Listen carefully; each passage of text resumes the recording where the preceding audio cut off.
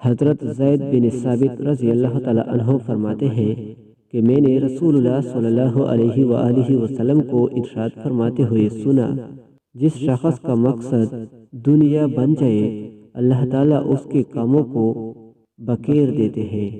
یعنی ہر کام میں اس کو پریشان کر دیتے ہیں، فقر کا خوف اس کی آنکھوں کے سامنے کر دیتے ہیں، اور دنیا اس سے اتنی ہی ملتی ہے جتنی اس کے لیے پہلے سے مقدر تھی۔ اور جس شخص کی نیت آخرت کی ہو تو اللہ تعالیٰ اس کے کاموں کو آسان فرما دیتے ہیں، اس کے دل کو غنی فرما دیتے ہیں، اور دنیا ذلیل ہو کر اس کے پاس آتی ہے۔ مدینہ منورہ کے ایک صاحب فرماتے ہیں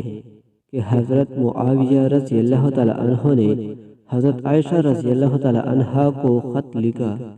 کہ آپ مجھ کو کوئی نصیحت لکھ کر بھیج دیں جو مختصر ہو،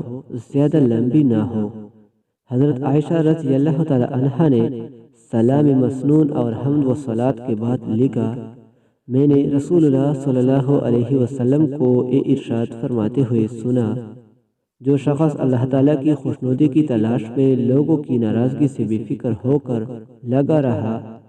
اللہ تعالیٰ لوگوں کی ناراضگی کے نقصان سے اس کی کفایت فرما دیں گے، اور جو شخص اللہ تعالیٰ کی ناراضگی سے بے فکر ہو کر لوگوں کو خوش کرنے میں لگا رہا، اللہ تعالیٰ اسے لوگوں کے حوالے کر دیں گے۔ والسلام علیکم۔